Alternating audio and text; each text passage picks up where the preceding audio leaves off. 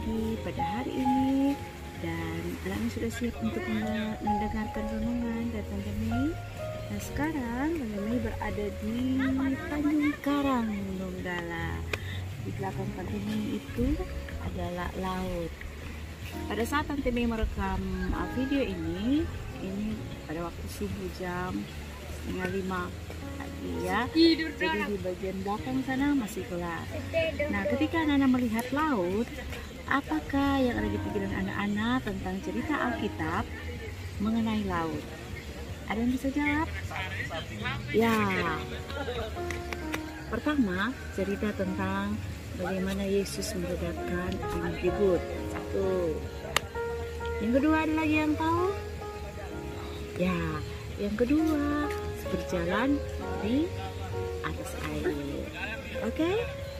Nah, tapi kali ini Tante akan menjelaskan kepada anak-anak bahwa firman Tuhan 2 tadi, Yesus meredakan angin ribut dan Petrus berjalan di atas air, itu menceritakan bagaimana kekuasaan Tuhan atas alam semesta. Nah, anak-anak masih ingat tentang cerita Yesus meredakan angin ribut?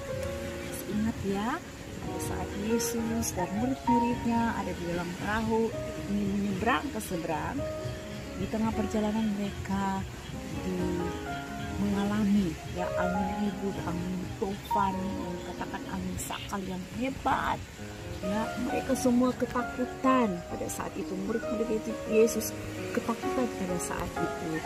Tetapi ketika mereka memanggil nama Tuhan, membangunkan Yesus yang pada saat itu tidur, kemudian Yesus meneduhkan badai yang sedang mengamuk itu. Kita Allah yang luar biasa ya. Begitu juga dengan ketika Petrus berjalan di atas air ya. Mereka sedang ada dalam perahu menyeberang. Ya, tiba-tiba angin yang besar, tufan yang besar juga melanda perahu mereka. Mereka ketakutan. Ya, murid-murid Yesus yang ada dalam perahu itu ketakutan. Dan ketika Yesus berjalan di atas air, mereka menyangka itu hantu, tapi ternyata Tuhan.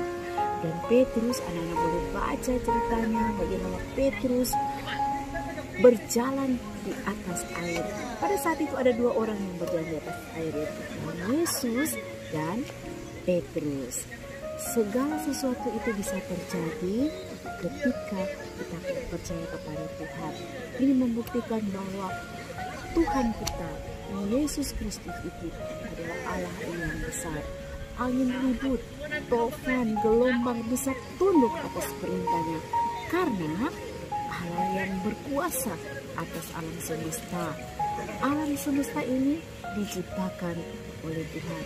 Jadi anak-anak tidak perlu khawatir. Beberapa tahun yang lalu, tanggal 28 September, kita baru mengalami yang namanya gempa bumi, tanah goyang yang hebat, sehingga banyak gedung-gedung, rumah-rumah orang yang pada roboh.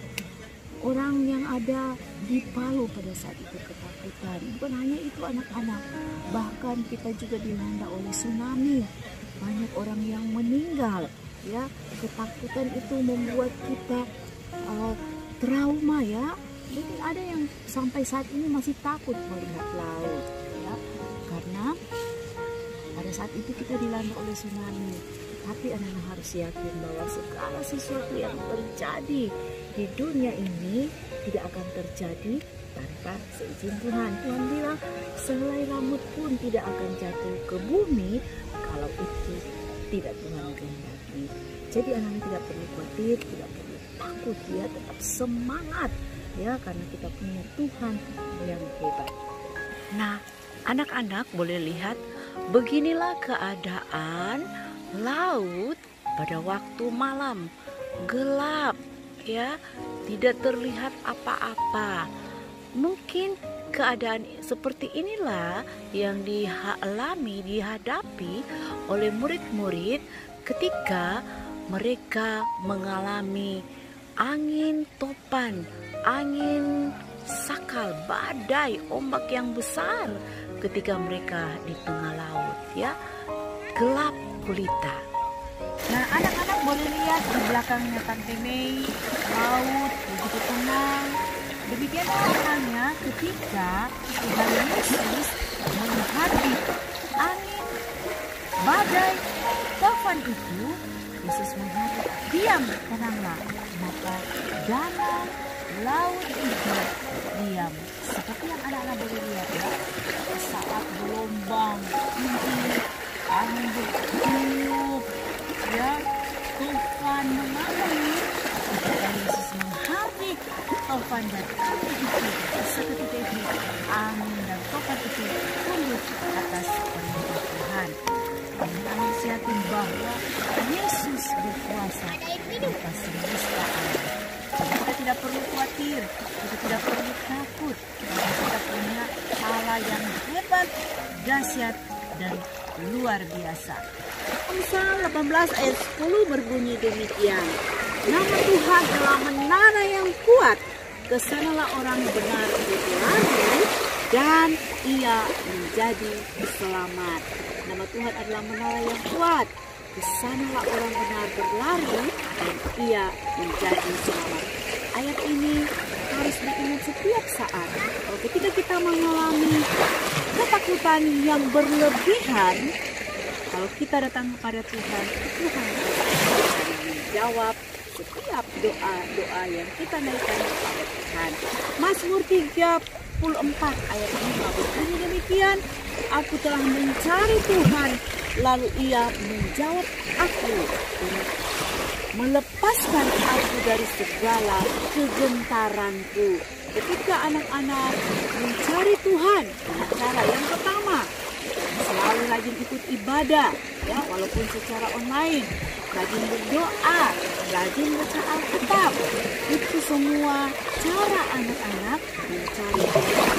Kita katakan, ketika anak-anak mencari Tuhan, Tuhan akan menjawab anak-anak, melepaskan anak-anak dari segala ketakutan yang ada.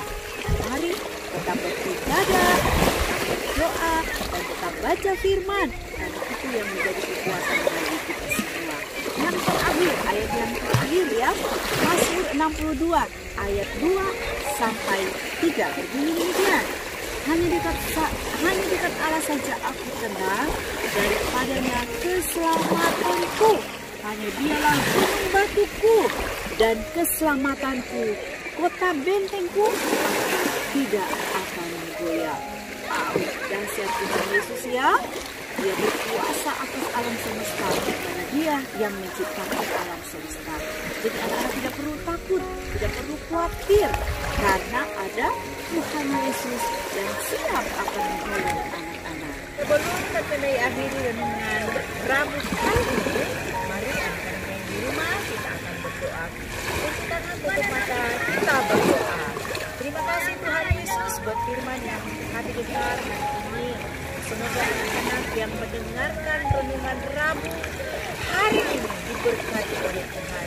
Ketika mereka takut, Tuhan kepada mereka memberi kekuatan untuk mereka, sehingga mereka boleh bersukacita biasa dalam Tuhan.